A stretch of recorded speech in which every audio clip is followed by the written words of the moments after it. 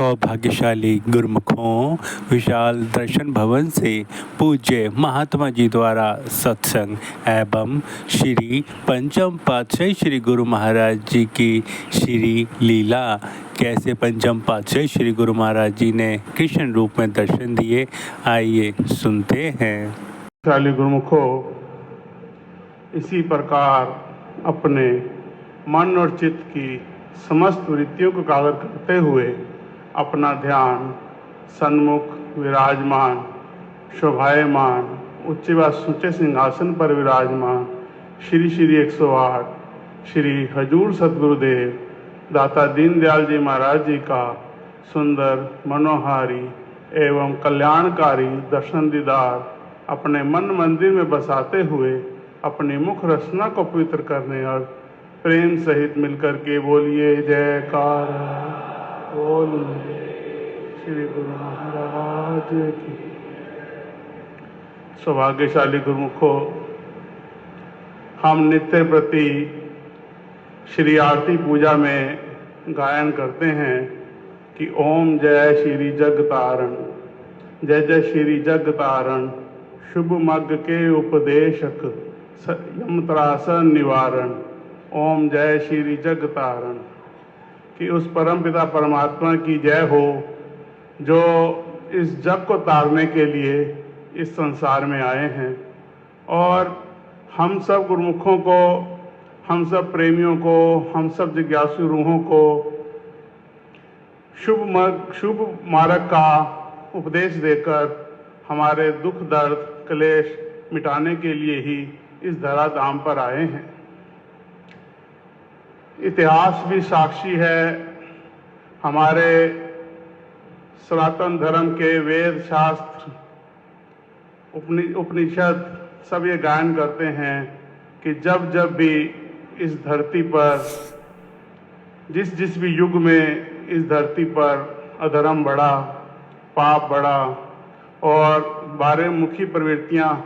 फैली, तो परमपिता परमात्मा ने भिन्न भिन्न युगों में भिन्न भिन्न रूप लेकर सब जीवों के कल्याण के लिए अवतार लिया और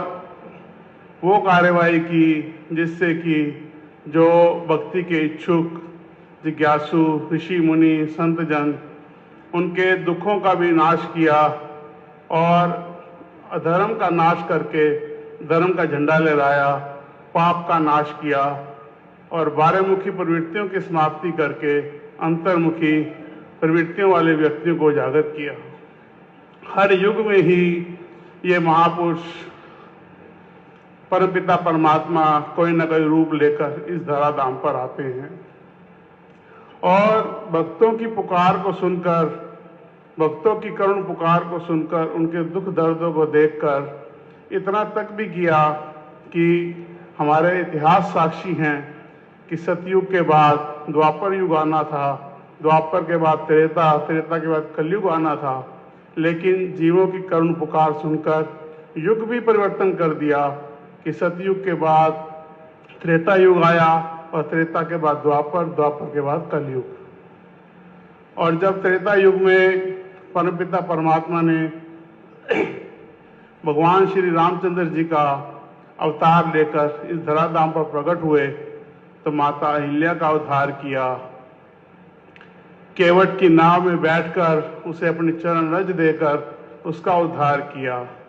और सुग्रीव जो भगवान श्री रामचंद्र की शरण में आया तो उसका भी उद्धार किया। और ऐसे ही जो संत जन, जो जिज्ञासु जन, जो ऋषि मुनि रावण के क्रोध से, रावण के अत्याचार से पीड़ित थे, उनकी रक्षा के लिए रावण का भी नाश किया। एक प्रेमी ने एक मैसेज भेजा था कुछ दिन पहले कि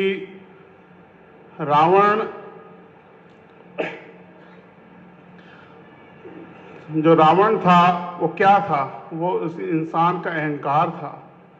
कि जब जीव के अंदर कि रावण जो है वो ज्ञानी था, ये कहना भी उचित है और ज्ञानी भी रावण हो सकता है,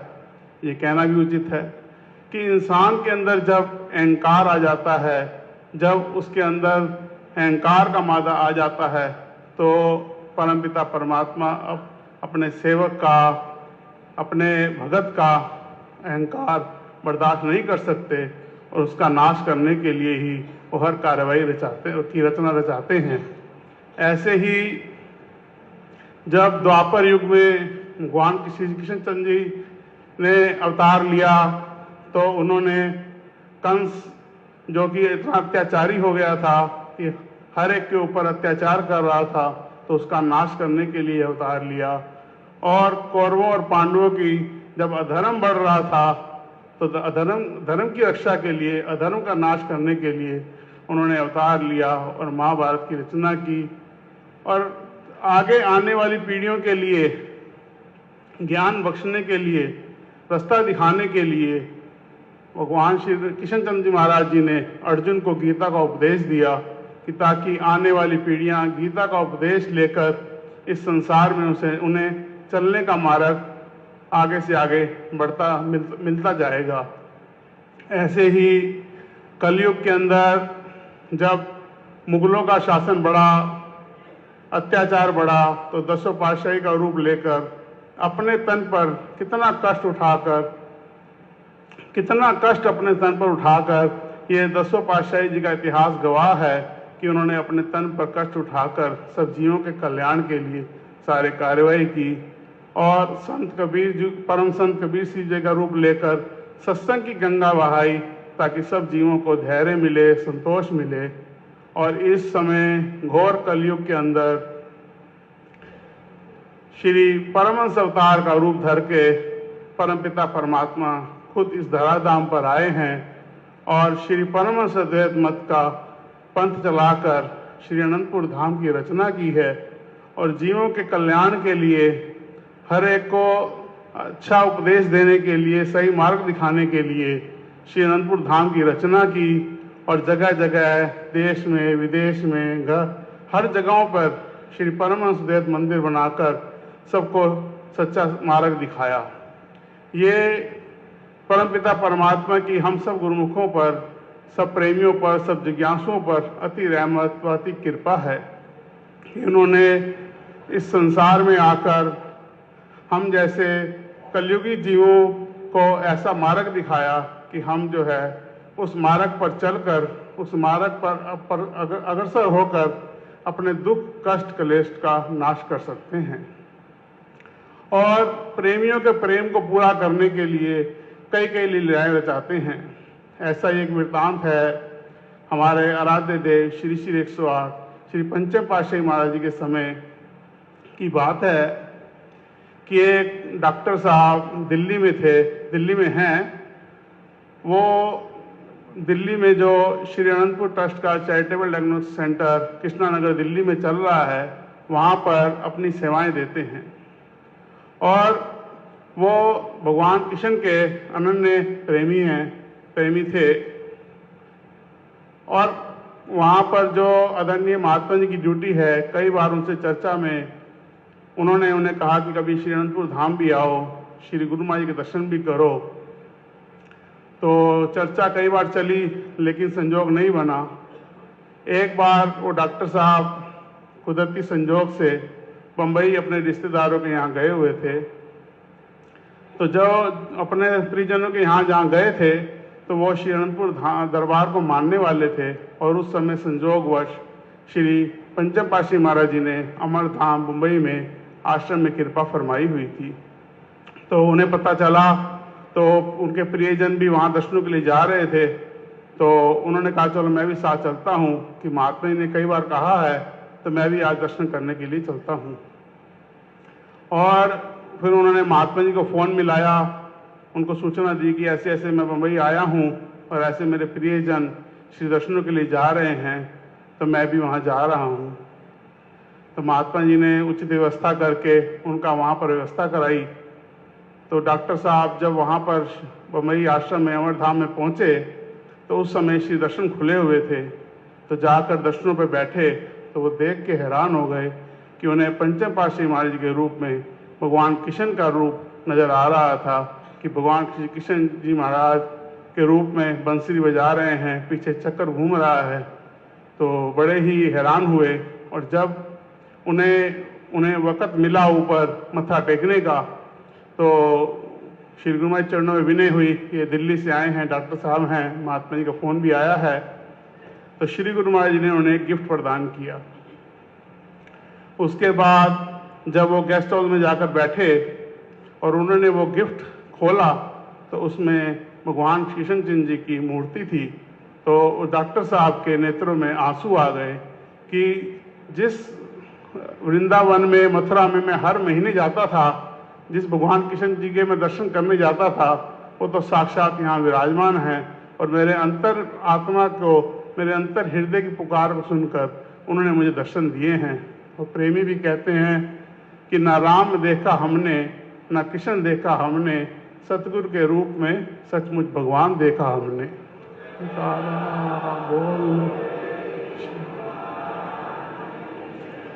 तो सचमुच ही परमपिता परमात्मा श्री परमहंस अवतार का रूप लेकर इस धराधाम पर प्रकट हुए हैं और उन्हीं के षष्ठम रूप के हम सुंदर दर्शन इस समय उनके चरणों में बैठकर कर रहे हैं। और इन्होंने भक्ति का वो पथ चलाया है, भक्ति का वो मार्ग दिखाया है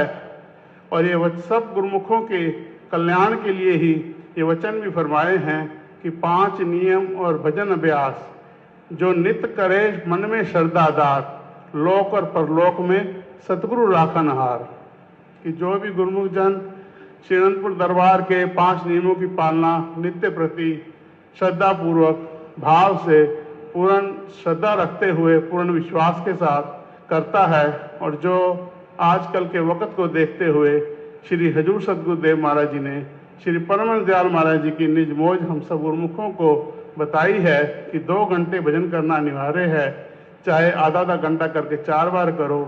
चाहे 1 घंटा करके 2 बार करो, लेकिन जो श्री अनंतपुर दरबार का अनुयायी है, अनंतपुर दरबार से नाम लिया हुआ है और वक़्त के महापुरुषों के सानिध्य में आ गया है, तो उसके लिए ये 5 नियमों की पालना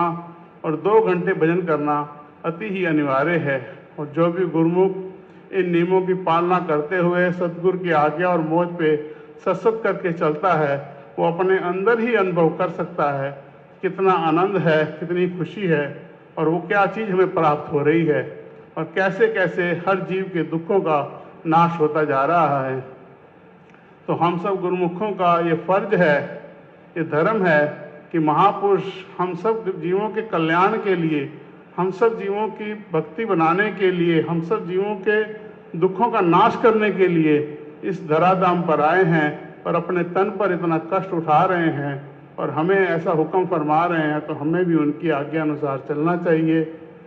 और ताकि हम लोग का भी लोक भी सुखी हो जाए, परलोक भी सुहेला हो जाए और महापुरुषों की प्रसन्नता भी इस प्रकार प्राप्त हो जिस प्रकार इस समय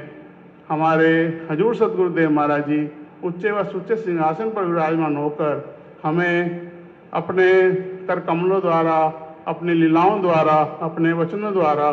खूब भक्ति के धन से मालामाल कर रहे हैं। इसी प्रकार इनकी ये प्रसन्नता और ये अतुलनीय प्यार, ये कृपा हम सब गुरुमुखों पर सदा सदा बनी रहे। बोलो जयकार।